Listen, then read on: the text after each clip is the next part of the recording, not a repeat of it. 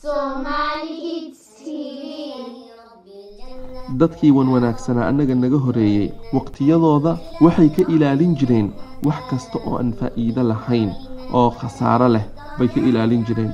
qofkan kaga faa'iideysanin waqtigiisii quraan aqris, qofkan kaga faa'iideysanin alla bari iyo duco iyo istighfaar waa qof waqtigiisii lumay oo dayacmay. ama qofkii kaga faa'iideysta quraanka aqrintiisa iyo xusida Allah subhanahu wa ta'ala iyo khayraadka ilaahi raali ka yahay waa qof waqtigiisii ilaaliyay meel faa'iido lana ku baxshay. habeenkoodii waxay ahaayeen dad u taagan qiyaamul layl oo salaatul layl bay tukan jireen oo ilaahay bay bari jireen. maalinkooduna wuxuu ahaa soon ay sooman yihiin iyo quraan aqris buu ahaa maalinkooda iyo inay ilaahay xusaan iyo camalada wanaagsan inay sameeyaan sida inay wax sadaqaystaan ama inay dadka khayrka u sheegaan.